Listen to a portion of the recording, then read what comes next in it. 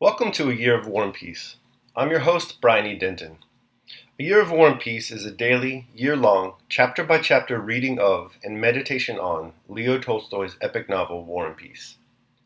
In these videos and podcasts, you'll be treated to a free reading of one chapter per day of the novel, plus a reflective essay I've written individually tailored to that day's chapter.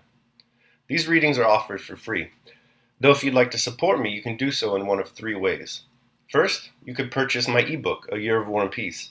It features the entire novel, plus all of my reflective essays, and it's only $2.99 on Amazon.com. You could also become a patron at patreon.com/Brian E. Denton. If you sign up there, you'll receive a sonnet once a month, plus a link to an ebook of my collected sonnets. Finally, if you like, you can make a one-time donation to my PayPal account. The email there is brianedenton@gmail.com. You can also use that email to contact me. I'd be happy to hear from you. Your support is greatly appreciated. Today's reading and reflection is on Chapter 54. Chapter 54. The day after Rostov had been to see Boris, a review was held of the Austrian and Russian troops, both those freshly arrived from Russia and those who had been campaigning under Kutuzov. The two emperors, the Russian with his heir the Tsarevich, and the Austrian with the Archduke, inspected the Allied army of 80,000 men. From early morning, the smart, clean troops were on the move, forming up on the field before the fortress. Now thousands of feet and bayonets moved and halted at the officer's command, turned with banners flying, formed up at intervals, and wheeled around other similar masses of infantry in different uniforms. Now was heard the rhythmic beats of hoofs and the jingling of the showy cavalry in blue, red, and green braided uniforms, with smartly dressed bandsmen in front of mounted black, roan, or gray horses. Then again, spreading out with the brazen clatter of the polished, shining cannon that quivered on the gun carriages and with the smell of linstocks, came the artillery, which crawled between the infantry and cavalry and took up its appointed position.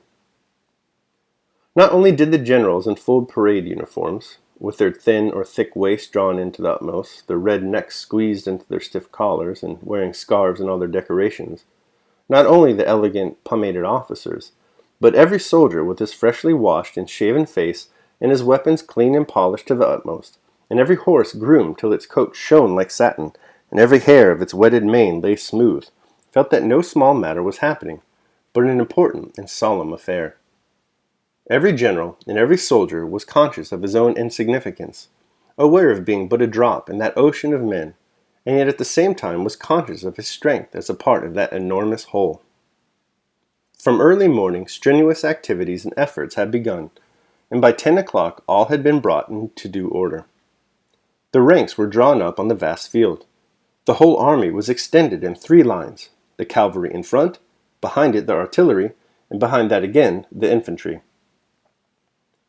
A space like a street was left between each new of the 2 lines of troops. The 3 parts of that army were sharply distinguished.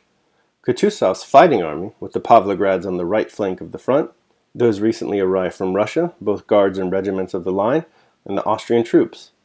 But they all stood in the same lines, under one command, and in a like order. Like wind over leaves ran an excited whisper, "They're coming! They're coming!" Alarmed voices were heard, and a stir of final preparation swept over the troops. From the direction of Omsk in front of them, a group was seen approaching, and at that moment, though the day was still, a light gust of wind blowing over the army slightly stirred the streamers on the lances, and the unfolded standards fluttered against their staffs. It looked as if by that slight motion the army itself was expressing its joy at the approach of the emperors. One voice was heard shouting, "Eyes front!" Then, like the crowing of the cocks at sunrise, this was repeated by others from various sides, and all became silent. In the death-like stillness only the tramp of horses was heard. This was the emperor's suite. The emperors rode up to the flank, and the trumpets of the 1st Cavalry Regiment played the general march. It seemed as though not the trumpets were playing, but as if the army itself, rejoicing at the emperor's approach, had naturally burst into music. Amid these sounds, only the youthful, kindly voice of the Emperor Alexander was clearly heard. He gave the words of greeting, and the 1st Regiment roared, "Hurrah!" so deafeningly, continuously, and joyfully, that the men themselves were awed by their multitude and the immensity of the power they constituted. Rostov, standing in the front lines of Kutuzov's army, which the Tsar approached first, experienced the same feeling as every other man in that army, a feeling of self-forgetfulness, a proud consciousness of might, and a passionate attraction to him who was the cause of this triumph. He felt that at a single word from that man all this vast mass, and he himself an insignificant atom in it, would go through fire and water, commit crime, die, or perform deeds of highest heroism. And so he could not but tremble, and his heart stand still at the imminence of that word. "Hurrah! Hurrah! Hurrah!" thundered from all sides, one regiment after another greeting the Tsar with the strains of the march, and then "Hurrah!" Then the general march, and again "Hurrah! Hurrah!" growing ever stronger and fuller and merging into a deafening roar. Till the Tsar reached it, each regiment in its silence and immobility seemed like a lifeless body. But as soon as he came up, it became alive, its thunder joining the roar of the whole line along which he had already passed. Through the terrible and deafening roar of those voices, amid the square masses of troops standing motionless as if turned to stone, hundreds of riders composing the suites moved carelessly but symmetrically, and above all freely, and in front of them two men, the emperors. Upon them the undivided, tensely passionate attention of that whole mass of men was concentrated. The handsome young Emperor Alexander, in the uniform of the Horse Guards, wearing a cocked hat with its peak front and back, with his pleasant face and resonant though not loud voice, attracted everyone's attention. Rostov was not far from the trumpeters, and with his keen sight had recognized the Tsar and watched his approach. When he was within 20 paces, and Nicholas could clearly distinguish every detail of his handsome, happy face, he experienced a feeling of tenderness and ecstasy such as he had never known before. Every trait and every movement of the Tsar seemed to him enchanting. Stopping in front of the Pavlograds, the Tsar said something in French to the Austrian emperor and smiled. Seeing that smile, Rostov involuntarily smiled himself, and felt a still stronger flow of love for his sovereign. He longed to show that love in some way, and knowing that this was impossible, was ready to cry. The Tsar called the colonel of the regiment and said a few words to him. "Oh God, what would happen to me if the emperor spoke to me?" thought Rostov. "I should die of happiness." The Tsar addressed the officers also. "I thank you all, gentlemen. I thank you with my whole heart." To Rostov, every word sounded like a voice from heaven. How gladly he would have died at once for his Tsar. "You have earned the St. George's standards, and will be worthy of them." Oh, to die for him, thought Rostov. The Tsar said something more which Rostov did not hear, and the soldiers, straining their lungs, shouted, "Hurrah!" Rostov, too, bending over his saddle, shouted hurrah, with all his might, feeling that he would like to injure himself by that shout, if only to express his rapture fully. Rapture. The Tsar stopped a few minutes in front of the hussars as if undecided. How can the emperor be undecided, thought Rostov.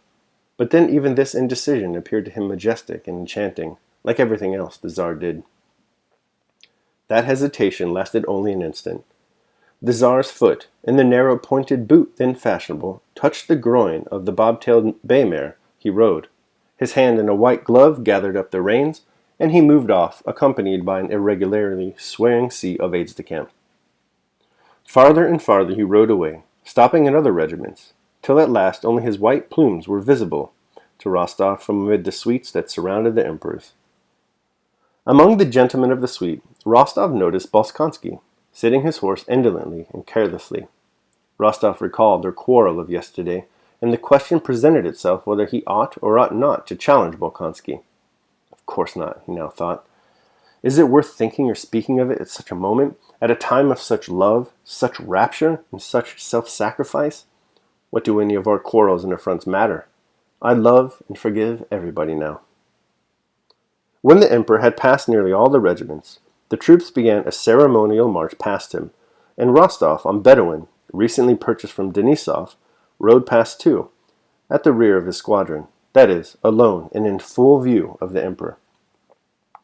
Before he reached him, Rostov, who was a splendid horseman, spurred Bedouin twice, and successfully put him to the showy trot in which the animal went when excited. Bending his foamed muzzle to his chest, his tail extended, Bedouin, as if also conscious of the emperor's eye upon him, passed splendidly, lifting his feet with a high and graceful action, as if flying through the air without touching the ground. Rostov himself, his legs well back and his stomach drawn in, and feeling himself one with his horse, rode past the emperor with a frowning but blissful face, like a very devil, as Denisov expressed it. "Fine fellows, the Pavlograds," remarked the emperor. "My God, how happy I should be if he ordered me to leap into the fire this instant," thought Rostov.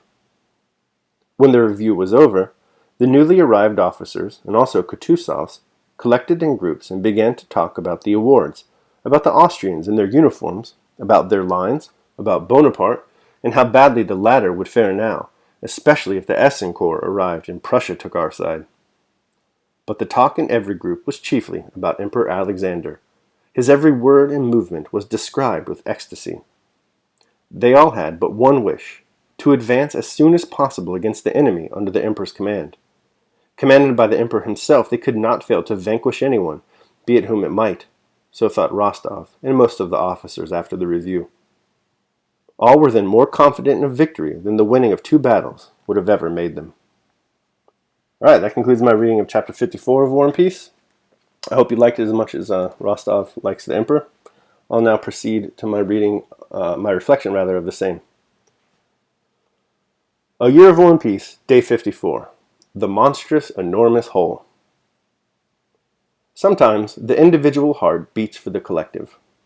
We see that in today's chapter, as the patriotic pride and nationalistic furor captures the assembled Russian and Austrian troops gathered together before their beloved emperors.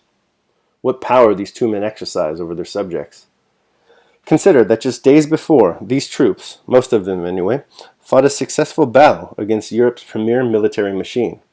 Now, before imperial flesh, dressed in martial fabric and mounted on horseback, they've been reduced to the muddle-headedness of teenage schoolgirls lost in the ecstatic raptures of Beatlemania.